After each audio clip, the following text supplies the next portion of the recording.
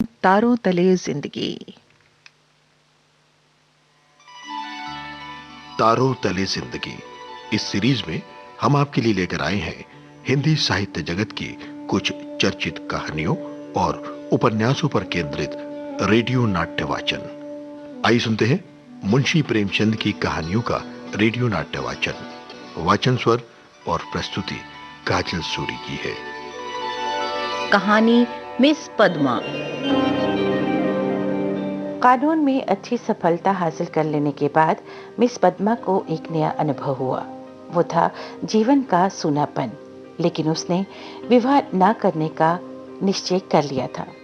MA की degree ली, फिर कानून पास किया और प्रैक्टिस शुरू कर दी। मिस पद्मा बहुत खूबसूरत थी और प्रतिभाशाली थी। देखते ही देखते वो अपने साथी नौजवान मर्द वकीलों को पीछे छोड़कर आगे निकल गई। पद्मा के दोस्तों में एक मिस्टर प्रसाद थे, बहुत ही विद्वान और कॉलेज में प्रोफेसर थे। पद्मा उसे बहुत पसंद करती थी। संध्या हो चली थी। पद्मा सैर करने जा रही थी कि प्रसाद आ गए। सैर करना मुलतवी हो गया। बातचीत में सैर से कहीं ज्यादा आनंद था और पद्मा आज प्रसाद से कुछ दिल की बात कहने वाली थी। कई दिन के सोच विचार के बाद उसने कह डालने का निश्चय किया। उसने प्रसाद को कहा, "अ, तुम यही मेरे बंगले में आकर क्यों नहीं रहते?" प्रसाद ने कहा, नतीजा ये होगा कि 2-4 महीने में ये मुलाकात भी बंद हो जाएगी। पद्मा, मेरी समझ में नहीं आया कि तुम क्या कहना चाहते हो? प्रसाद, देखो पद्मा, मैं अपनी आजादी नहीं खोना चाहूंगा और तुम भी अपनी आजादी नहीं खोना चाहोगी। तुम्हारे पास तुम्हारे पुरुष मित्र आएंगे तो मुझे जलन होगी और मेरे पास मेरी महिला मित्र आएंगी तो तुम्हें जलन होगी। मन मुटाव होगा और और तुम मुझे घर से बाहर निकाल दोगी। दोनों कुछ देर तक मौन रहे। आखिर प्रसाद को ही नुक्ता सूझा। बोला, जब तक हम दोनों ये प्रतिज्ञा ना कर लें कि आज से मैं तुम्हारा हूं और तुम मेरी हो, तब तक एक साथ निर्वाह नहीं हो सकता। पद्मा, तुम ये प्रतिज्ञा करोगे? प्रसाद, पहले तुम बतलाओ। पद्मा, मैं करूंगी। प्रसाद, तो मैं भी करूंगा। पद्मा, मगर इस एक बात के सिवा मैं और सभी बातों में आजाद रहूंगी। प्रसाद, और मैं भी इस बात के सिवा हर बात में आजाद रहूंगा। मंजूर? पद्मा, मंजूर। पद्मा, तो कब से? प्रसाद, जब से तुम कहो। पद्मा, मैं तो कहती हूँ कल से ही। प्रसाद, लेकिन ये समझ लो कि मैं मेहमान बनकर तुम्हारे घर में नहीं रहूंगा, मैं तो घर का मालिक बनकर रहूंगा। पद्मा, तुम घर के मालिक ही नहीं, मेरे मालिक बनकर भी रहोगे। प्रोफेसर प्रसाद और मिस पद्मा दोनों साथ रहते हैं। दोनों बहुत खुश हैं। पद्मा की आमदनी प्रसाद से बहुत ज्यादा है और पद्मा बड़ी खुशी से प्रसाद की सारी फजूल खर्चियां बर्दाश्त करती है। इसी तरह 2 साल गुजर गए। प्रसाद ने रात को देर से आना शुरू किया। पद्मा को अपने साथ न ले जाता। उससे बहाना करता कि मेरे सर में दर्द है, और जब पद्मा घूमने जाती तो अपनी कार निकाल लेता और चला जाता। वक्त गुजरता गया। पद्मा मां बनने वाली थी। पद्मा ये बात देख रही थी कि प्रसाद का रंग बदल गया है और आज वो उससे साफ साफ बात करने वाली थी। उसने हिम्मत बटोरी। 10 बज गए, 11 बज गए, 12 बज गए। पद्मा उसके इंतजार में बैठी हुई थी। भोजन ठंडा हो गया था।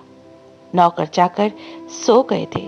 वो बार बार उठती, फाटक पर जाकर नजर दौड़ाती। करीब 1 बजे प्रसाद घर आया। पद्मा ने साहस बटोरा, कड़ी आवाज में पूछा, आज तुम इतनी इतनी रात तक कहाँ थे? कुछ खबर है कि कितना वक्त हुआ है? प्रसाद, तुमको आराम से सो जाना चाहिए था। तुम जिस दशा में हो उससे तुम्हें जहां तक हो सके आराम से रहना चाहिए। पद्मा, तुमसे पूछती हूँ, उसका जवाब दो। प्रसाद चुप रहा। पद्मा, तुम मेरे साथ दगा कर रही हो, ये मैं साफ देख रही हूँ। प्रसाद, तुम्हारी आंखों की रोशनी कुछ ज्यादा ही बढ़ गई होगी। मैं तुम्हारे साथ रहता हूँ, लेकिन मैंने अपने आप को बेचा नहीं है। अगर तुम्हारा जी मुझसे भर गया हो तो मैं आज ही जाने को तैयार हूँ। पद्मा, तुम जाने की धमकी क्या देते हो? यहाँ आकर तुमने कोई त्याग नहीं दिया है? प्रसाद, मैंने त्याग नहीं किया है, तुम ये कहने की हिम्मत कर रही हो? पद्मा ने कहा, मैंने तो ऐसी कोई बात नहीं कही जो तुम इतना बिगड़ उठे। मैं तो सिर्फ इतना पूछ रही थी कि कहाँ थे। क्या मुझे इतना भी अधिकार नहीं देना चाहते? मैं कभी तुम्हारी इच्छा के विरुद्ध कोई काम नहीं करती और तुम मुझे बात बात पर डांटते रहते हो। तुम्हें मुझ पर जरा भी दया नहीं आती। मुझे तुमसे कुछ भी तो नहीं चाहिए।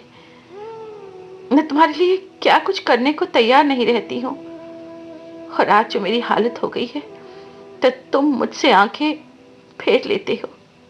और पद्मा मेज पर सर रखकर फूट फूट कर रोने लगी। प्रसाद ने पूरी विजय पा ली। कुछ दिनों के बाद पद्मा हॉस्पिटल में भर्ती हो गई। प्रसव वेदना हो रही थी। प्रसाद का कहीं पता नहीं था। लेडी डॉक्टर मौजूद थी, लेकिन प्रसाद का न रहना पद्मा की प्रसव वेदना को और भी मुश्किल बना रहा था। बच्चे को गोद में देखकर उसका कलेजा फूल उठा, लेकिन प्रसाद को सामने ना पाकर वो बहुत दुखी हो गई।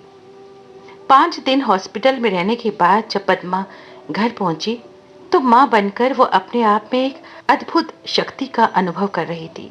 उसने चपरासी को चेक देकर बैंक भेजा। प्रसव संबंधी कई बिल अदा करने थे। चपरासी खाली हाथ लौट आया। पद्मा ने पूछा, रुपए? बैंक बाबू ने कहा कि रुपए प्रसाद बाबू निकाल ले गए। पद्मा को गोली लग गई। 20,000 रुपए प्राणों की तरह संचित रखे थे इस बच्चे के लिए। पर मालूम हुआ प्रसाद किसी को साथ लेकर इंग्लैंड की सैर करने चले गए। पद्मा बहुत दुखी थी। 1 महीना बीत गया। पद्मा अपने बंगले के फाटक पर बच्चे को गोद में लिए खड़ी थी। उसने सड़क पर देखा एक यूरोपियन लड़की अपने पति के साथ अपने बच्चे को गाड़ी में बिठाए लिए जा रही थी। उसने हसरत भरी आंखों से उस खुशनसीब जोड़े को देखा और उसकी आंखें भीग गईं। कहानी मिस पद्मा। तारों तले जिंदगी इस सीरीज में अभी आप सुन रहे थे मुंशी प्रेमचंद की कहानियों पर आधारित रेडियो नाट्य वाचन स्वर और प्रस्तुति काजल सूरी की थी।